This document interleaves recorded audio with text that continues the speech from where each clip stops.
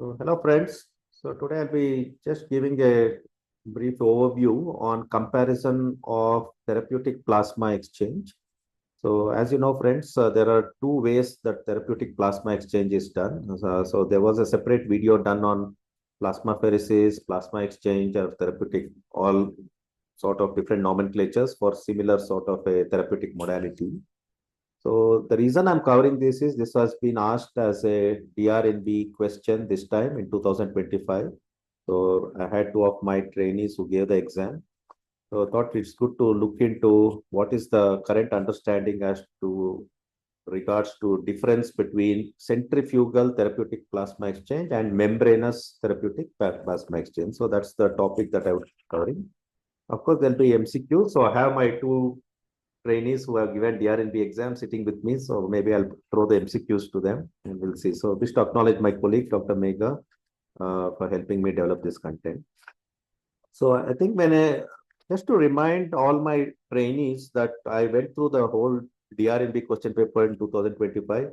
More than I should say 90% of the questions have been covered in all my videos. I think it's more than 95, I can say, except couple of statistics and fire safety, so on and so forth. Otherwise, all the intensive care sort of questions that were asked in DrNB were covered in more than 500 videos that I have on my YouTube. So there are few sort of newer aspects that we can always cover. So if you go through them, that's pretty much good enough. So if a question like this is asked, so I would expect that they have to explain this with some sort of a picture, because how much ever you write, the conceptual understanding of this is made easy by putting out a picture. So if you see this picture, it's not very difficult to put a picture of this sort in an exam, and that makes it pretty easy for examiner to understand that you have understood as to the principle of this whole plasma exchange. So as you know, when we talk about plasma exchange or plasmapheresis, so the way it works is you take the blood out and you pass it through the plasma separator. So this plasma separator can be centrifugal based or it can be membrane. So membrane is like dialysis. So it goes through the filter and this filter separates the plasma and then it passes the plasma because the plasma is what contains all the antibodies that you would wish to remove. And then you replace that removed plasma with either fresh frozen plasma or combination of plasma with albumin or with crystalloids and colloids. So this is the principle. So the discussion today is whether when we use a dialysis, the filter to separate the plasma, like in dialysis, it is called membrane therapeutic plasma exchange. But when you utilize a centrifugal, as the name suggests, centrifugal is the blood bank uses the centrifuging sort of a method. Based on the density, it creates a sort of a plasma which is a supernatant sort of a fluid above, and the cells deposit in the bottom, and the plasma is removed, and the cells are passed through it. So that's the primordial difference between these two. So the whole mechanism is whether you use membrane here or whether you use a centrifugal process to separate this plasma, because you separate the plasma with an intent that all the antibodies, albumin, globulins, and all those sort of a toxins which you wish to remove remain in the plasma, and the blood cells pass through it, and then you replenish that removed plasma with a fresh plasma or with albumin, colloids, or crystalloids, so on and so forth. So that is our conceptual understanding. So the discussion is which is better, whether membrane-based TPE is better or cTPE is better, centrifugal TPE is better. So basically, when you remove the plasma, abnormal sort of a proteins that are present, abnormal antibodies are removed. And since it is removed, you have to replenish with a newer plasma. So that is our understanding. So this is just another pictorial diagram. So if you find this picture to be difficult to put in the exam, at least put this picture. So there is this membrane, as you see. So, and you remove all these cells. These are red blood cells, platelets, all that you remove. And basically, the plasma is sent for filtration, where your antibodies and your albumin or globulins or cryoglobulins, so on and so forth, is removed. So what all are removed in plasma? Basically, the main intent is to remove the antibodies, immunoglobulins, or your intent is to remove immune complexes, which may be causing glomerulonephritis, TTP, ITP, so on and so forth. Or this can also, plasma also can remove all the cryoglobulins, which can be there in conditions like cryoglobulinemia, or in plasma cell dyscrasias, it will help in remove all the plasma cells or all the unwanted cells. And it can even remove sort of a cholesterol in hypertriglyceridemia. So these are some of the elements that can be removed when you separate plasma from the blood. So all the antibodies, our whole intent is any autoimmune conditions like Goodpasture syndrome or Guillain-Barré syndrome, so on and so forth, where you wish to remove autoantibodies or immune complexes or cryoglobulins or plasma cells, or even in severe hypertriglyceridemia, your ability to remove these cholesterol, you could use plasma exchange. So one would expect that you have to put some sort of a picture to conceptually make examiner understand that you understand what the principle is. And since you have removed the abnormal plasma, you have to replace with a normal plasma or plasma with albumin or with plasma with colloids or crystalloids. So that determines on the nature of the condition you are dealing with. Because if you are doing plasma exchange in pretty much liver failure, we tend to replenish mostly with the plasma. If you are doing it for some sort of an autoimmune condition, it can be combination of plasma and albumin, so on and so forth. So along with this, basically, the plasma exchange also helps in unloading the reticuloendothelial system. So because these are the lymphoid follicles with sinuses, and it helps to remove toxins as well. And it tends to create some sort of an activated pool of lymphocytes also, which may be helpful. So these are some of the functions of plasma exchange. So it does lead to some sort of an unloading of the reticuloendothelial system, helps in removing toxins, and helps to rejuvenate the white blood cells with activated T cells. So that is something you can keep in mind.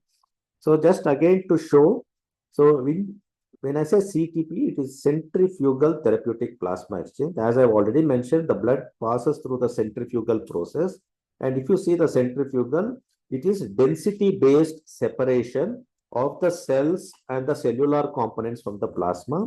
And you have this supernatant plasma, which is removed and then replenished with the fresh plasma, which is the centrifugal-based therapeutic plasma exchange. So in exams, I would imagine it's not very difficult to put such a figure. So blood passes through it, through the centrifuge. You remove the patient's plasma, which contains all the antibodies or cryoglobulins or plasma cells or cholesterol. Then you pass this, and then this is replenished with replacement fluid, which can be plasma with albumin or only plasma or plasma crystalloids, and then sent back to the patient. So how difficult it is to put this? Because centrifuge is a round thing where it spins the blood, separates the cells, and creates a supernatant of plasma. So it's not very difficult to put this figure, because this question has been asked in DrNB. Put this figure, and for membrane TPE, you put something like this, where you pass the blood through the membrane, like in dialysis, where all the blood cells, so this is the blood vessel, where all the blood cells are retained. You have red blood cells, lymphocytes, and platelets, which are retained. But what is removed is all these immunoglobulins, or cryoglobulins, or immune complexes, so on and so forth, are removed. So it's how difficult it is to put this figure. So this at least gives a very clear understanding what the concept is all about. Or you put this figure, the membrane TPE, where it goes through the filter, patient's plasma is removed, then you replace it with the fluid. So it's very simplistically, you have to learn to put these figures so that examiner understands that you have a good understanding of what you mean by centrifugal and membrane TPE. And of course, when a question like this is asked, one needs to ascertain what are the key differences. So both principles appear a good sort of a scientific rationale or basis in trying to remove. So both sort of a modalities remove abnormal plasma and replenish with the fresh plasma. But what are the key differences? There must be differences to determine which is better than the other. So when you compare, there are studies which have compared centrifugal TPE, cTPE, I'll just use the word cTPE with centrifugal, mTPE is membranous therapeutic plasma exchange. They have shown that the setup time and the priming time in minutes is much lesser in centrifugal TPE, 11 minutes as compared to 23 to 40 minutes in membranous TPE. And duration of procedure also was found to be little lesser in centrifugal TPE as compared to membrane TPE. And duration of exchange for 1 liter plasma also was sort of similar, 25 to 33 minutes in cTPE and 36. But the key difference, what they found in studies, is plasma removal exchange, PRE percentage, what we say, plasma removal ability. The percentage of plasma that can be removed was found to be more effective with centrifugal TPE, which was 80 to 93%, as compared to membrane TPE, which was 27 to 53. So this is one striking sort of a finding that came out in some studies, that centrifugal TPE was found to be more superior in its ability to remove the plasma more effectively. And inlet and blood flow rate can be quite variable. It is 5 to 140 ml per minute, and in membrane TPE, it was 50 to 100 ml. And the another disadvantage of membrane TPE is you have to use more anticoagulants. So there is more of anticoagulation need, like you have to use heparin when you're using these filters to facilitate smooth flow of this blood. So that was another disadvantage that was cited. But the striking sort of a difference with PRE, the PRE percentage removal was better in centrifugal TPE. And of course, we have to see which is more safer. When they look at side effects, adverse events also was found to be more in membranous TPE as compared to the centrifugal TPE, 11% versus 6%. That was statistically significant. And then they stratified the adverse events into mild, moderate, and severe to see whether there was any difference between membrane TPE and CPT.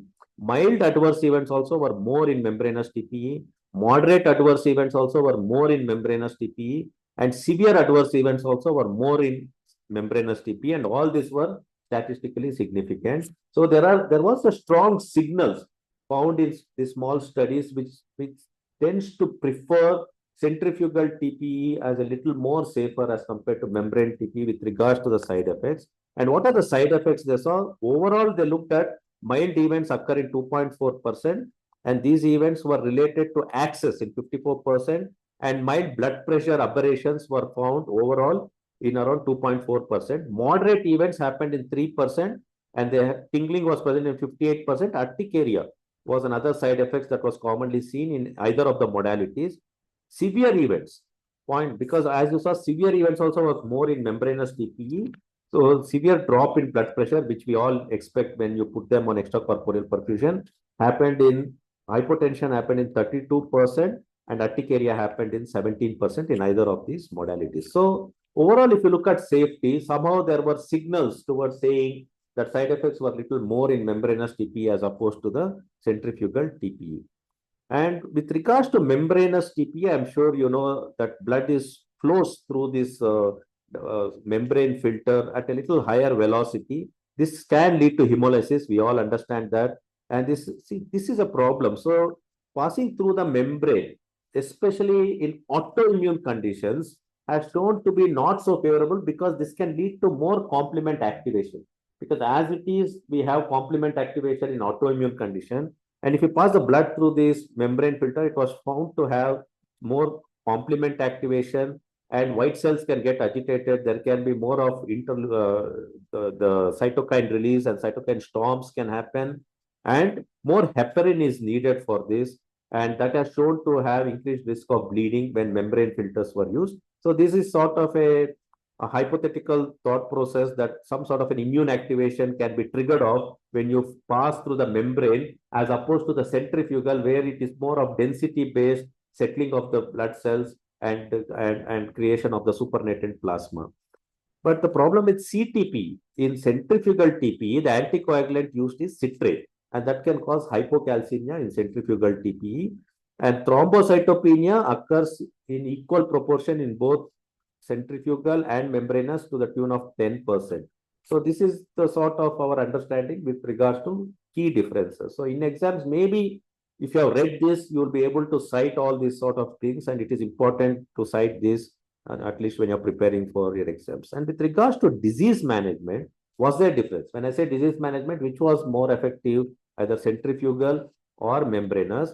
If you look at it, antibody removal, IgG removal efficiency, as you see, was slightly more in centrifugal TPE as opposed to membrane TPE, although they appear to be little on a closer side, not statistically significant. But fibrinogen removal was found to be more with centrifugal TPE.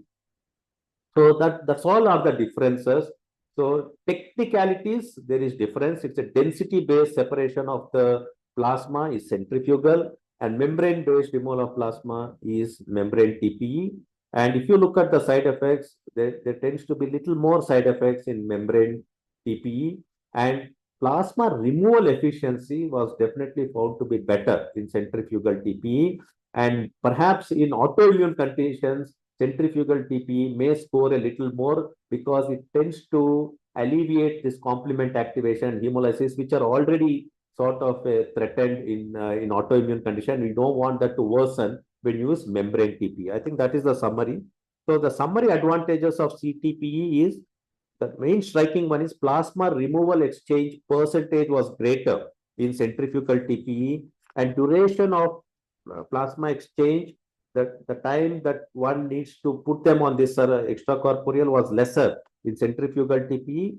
And centrifugal TPE, I'm sure many of the listeners would know, there is a flexibility in vascular. You don't need always a dialysis catheter. You can even do with a 16 gauge cannula. They can do this sort of a centrifugal TPE. So you don't need a big sort of a catheter, which is another distinct advantage of centrifugal TPE. And clotting, there was a reduced clotting sort of a instances with centrifugal TPE, and side effects also we saw was much lesser in centrifugal TPE. And somehow the patient satisfaction also they looked at as being better with centrifugal TPE. So in exams, so this question I understand was asked for 2 to 3 marks. So if you touch about the salient points, I think that should be good enough. But I would expect any trainee to put a picture of some nature to show what the difference is membrane TPE and centrifugal TPE. So now the fun bit. So we'll ask questions to all our DrNB trainees who wrote this question. So just very simple MCQs. So I have my DrNB trainee, Dr. Noni, sitting here. So the first question is to my trainee who wrote this in the exam. What is the primary difference between centrifugal and membrane therapeutic plasma exchange? So type of plasma collected, mechanism of plasma separation, duration of procedure, and use of anticoagulants. Dr. Noni. Sorry? Fantastic. So I'm sure she's written a nice answer in the exam. So she's got it right. So next I'll ask Dr. Sengol, who is sitting here. The next question. In centrifugal, he gave an exam as well. Centrifugal therapeutic plasma exchange. Plasma is separated based on Dr. Sengol, pressure difference, size exclusion, density difference, filtration membrane. Dr. Sengol. Oh, Dr. Sengol doesn't know the answer. Possibly he's not written a right answer. Any others? It's a density difference. So Sengol has missed it. So it's a density difference. So which of the following is a potential advantage of membrane TPE over centrifugal TPE? Higher plasma separation efficiency, no requirement of anticoagulants, more compact equipment design, better suitability for lipid disorder. Dr. Lakshman. Dr. Lakshman has come from Jamaica, so he will answer this question. Which of the following is a potential advantage of membrane? Higher plasma separation efficiency, no requirement for anticoagulants, more compact equipment design, better suitability for lipid disorder. Fantastic. I think Dr. Jamaican has given a good answer. So very nice. More compact equipment design. So in which of the following condition is centrifugal therapeutic plasma exchange often preferred? Dr. Shastri. Rapid progressive glomerulonephritis, chronic kidney disease, thrombotic thrombocytopenic purpura, diabetic nephropathy. Fantastic. Dr. Shastri has given a right answer. So last question, which of the following is a potential complication specifically associated with membrane therapeutic exchange? Air embolism due to centrifuge, infection at the site of catheter, hypotensive reaction from rapid, barrier rupture leading to blood contamination. This is a little tricky. Which of the following is a potential complication specifically associated with membrane therapeutic? Sorry? Yes, correct. Barrier rupture leading to blood contamination. So that's about it, folks. So request you all to submit your valuable work to Journal of Acute Care, which comes out every 3 months. So you can visit my website to rehear to this lecture. So for all the DrNB, all the questions that have been asked in at least last 2-3 years, most of them are covered in the videos. Watch them and try to reproduce the pictures that I show on the slides. And with one picture, you can pretty much explain 1,000 words. I've been telling my trainees to reproduce the pictures in the exams that would make it more impactful. So thank you. Thank you, one and all.